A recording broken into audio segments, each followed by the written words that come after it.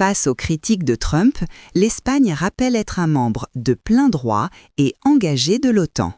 Face aux critiques de Donald Trump, l'Espagne rappelle qu'elle est un membre pleinement engagé de l'OTAN. Le pays assure remplir ses objectifs de capacité militaire malgré les accusations de retardataire du président américain.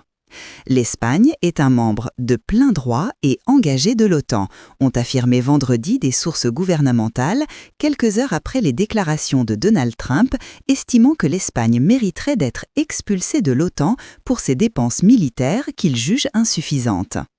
Il remplit ses objectifs de capacité autant que les États-Unis, ont affirmé ces sources à l'AFP, alors que le président américain a qualifié l'Espagne de retardataire sur l'accord de l'OTAN, demandant à consacrer 5% du PIB des pays membres aux dépenses de défense et a suggéré de l'exclure. Le gouvernement de gauche espagnol consacre 2% de son PIB à ses dépenses de défense, mais ne compte pas les porter à 5%, comme le stipule le nouvel objectif de l'OTAN depuis le dernier sommet de l'Alliance Atlantique en juin à La Haye. L'Espagne, sans renoncer à apposer sa signature à la déclaration finale du sommet, a estimé qu'elle n'était pas concernée par ce pourcentage. 2% du PIB consacré au secteur militaire. Chaque pays de l'OTAN, a assuré Madrid, doit augmenter ses capacités militaires conformément au plan de défense établi par l'Alliance. Or, l'Espagne assure être capable d'atteindre les objectifs que l'OTAN lui a assignés en limitant ses dépenses à 2% de son PIB.